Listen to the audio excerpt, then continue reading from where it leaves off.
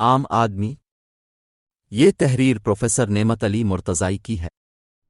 پاکستان اسلام کے نام نہ کہ عام آدمی کے نام پر قائم ہوا۔ اس کے لیے سب سے بڑی اور سب سے زیادہ قربانیاں عام آدمی نے دیں اور آج کے دن تک دے رہا ہے۔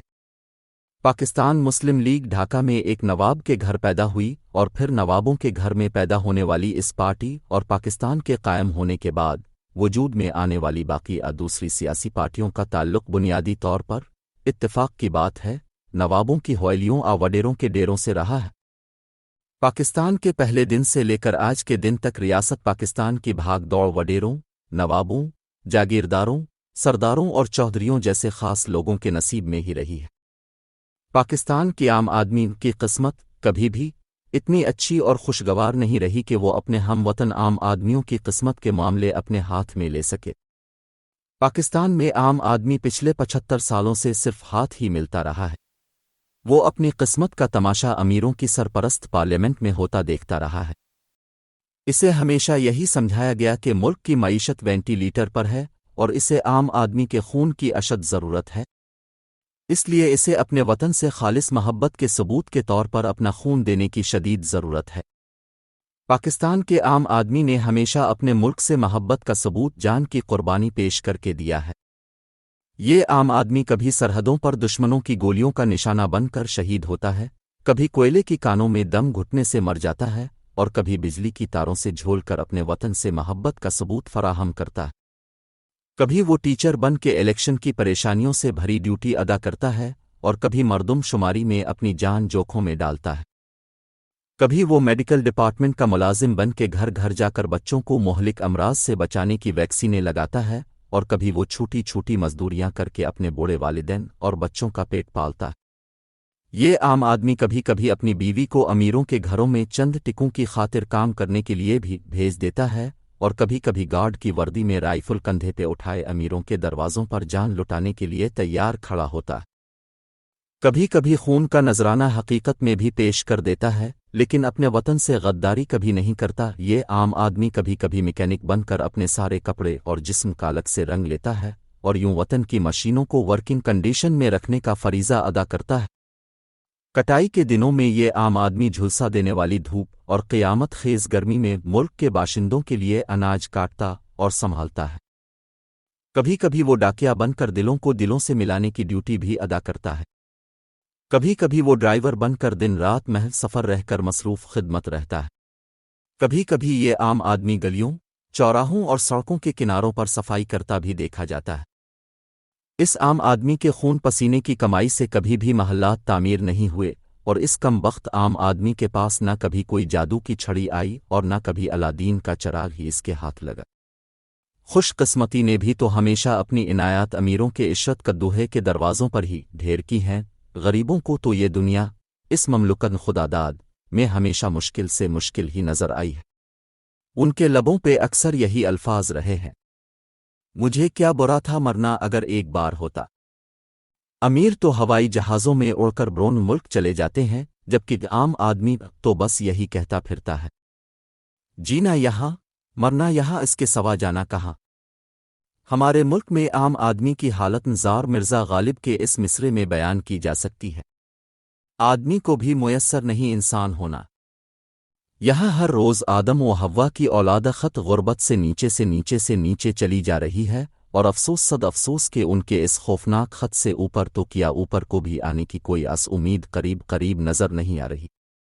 غریبوں تھرڈ کلاس کا تو دنیا کے آغاز ہی سے اللہ ہی وارث رہا ہے، لیکن اب مڈل کلاس بھی آہستہ آہستہ بلکہ تیزی سے اللہ کے سپرد ہونے کی تیاری کر رہی ہے۔ معیشت ہے کہ وینٹی لیٹر سے اٹھنے کا نام ہی نہیں لے رہی اور امن و امان تو خیر پہلے ہی الامان پکار رہا ہے۔ اس سارے تناظر کا بظاہر بینیفیشری خاص آدمی یعنی امیر آدمی ہی محسوس ہو رہا ہے، لیکن شاید یہ امیر آدمی کی بھی غلط فہمی ہو کہ جب غریب ہی نہیں رہیں گے تو اسے امیر کون سمجھے گا اور وہ کس کے تناظر میں امیر کہلائے گا۔ اس کے ساتھ ساتھ اسے یہ بھی پتہ ہونا چاہیے کہ اس کا وجود بھی غریبوں کی اساس پر استوار ہے۔ غریبوں کی زندگی میں اگر خطرے کی گھنٹیاں بجنے لگیں گی تو ان کا شور اور بے سکونی امیروں کی آرام گاہوں بلکہ خواب گاہوں کا سکون بھی برباد کر دے گی۔ دنیا کی بساط پر ہونے والے واقعات انسان کی تاریخ کہلاتے ہیں، اور یہ واقعات علاقائی ہونے کے ساتھ ساتھ عالمگیر انداز کے بھی ہوتے ہیں۔ اگر حالات میں یکسانیت آ جائے گی تو واقعات میں بھی یکسانیت کی توقع کی جا سکتی ہے۔ یعنی ایک کیفیت میں اگر قتل کا ایک واقعہ ہوتا ہے تو ایسی ہی کیفیت میں قتل کا دوسرا واقعہ بھی ہو سکتا ہے۔ یعنی 2 جمع 2 4 ہوتے ہیں اور ہوتے ہی رہتے ہیں۔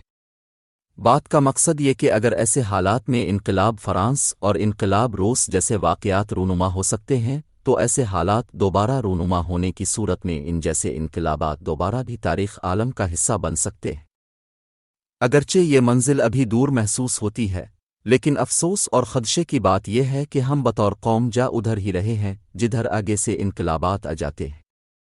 اللہ نہ کرے کہ کبھی ایسا ہو اور اس بھیانک انجام تک پہنچنے سے پہلے ہی ہم اپنا رستہ بدل لیں تاکہ ہماری منزل بھی بدل جائے۔ ایسا تبھی ہو سکتا ہے کہ ہم عام آدمی کی کچھ نہ کچھ عزت ضرور کریں۔ اسے زندہ رہنے کے اسباب مہیا کرنا ریاست کی ذمہ واری ہے۔ یہ بات صدیوں پرانی حقیقت ہے کہ معاشرے اور ریاست میں ہمیشہ دولت اور دولت مندوں کا ہی توتی بولا ہے، اور بولنا بھی چاہیے کہ وہ اس کے حقدار ہیں۔ دولت مندوں کی دنیا میں ہمیشہ اور ہر معاشرے میں عزت افزائی ہوئی ہے، جبکہ غریب کی جورو سب کی بھابھی رہی ہے۔ لیکن جب یہ تفاوت حد برداشت سے آگے نکل جائے تو پھر ناخوشگوار نتائج برآمد ہونے لگتے ہیں جو ہمیں پسند نہیں ہوتے۔ عام آدمی کسی بھی ملک کے لیے ریڑھ کی ہڈی بلکہ مکمل ڈھانچے کی حیثیت رکھتا ہے۔ خاص آدمی یعنی امیر آدمی کو ماس کی حیثیت دی جا سکتی ہے۔ مطلب یہ کہ دونوں ہی اپنی اپنی جگہ پر لازم و ملزوم ہیں۔ ہڈی کے بغیر ماس کسی کام کا نہیں، اور ماس کی بغیر ہڈی بھی کام کرنے میں مشقت میں پڑ جاتی ہے۔ عام آدمی کے استعمال کی چیزیں حتی المقدور سستی ہونی ضرور ہے۔ خاص آدمی کے استعمال کی خاص چیزیں مہنگی ہو بھی جائیں تو معاشرے میں زیادہ بے سکونی نہیں آتی۔ عام آدمی زندگی نہیں گزارتا بلکہ زندگی اسے گزار دیتی ہے، جبکہ خاص آدمی زندگی گزارتا نہیں بلکہ زندگی بناتا ہے۔ وہ دنیا کی زندگی، آخرت کی جنت کی پیروی میں دلکش بنانے کی صلاحیت رکھتا ہے۔ اسے نہ گرم دھوپ کا سامنا ہے اور نہ ٹھنڈی ٹھار ہواؤں کا۔ موسموں کی تلخیوں اور مظالم کا شکار تو عام آدمی ہی ہوتا ہے۔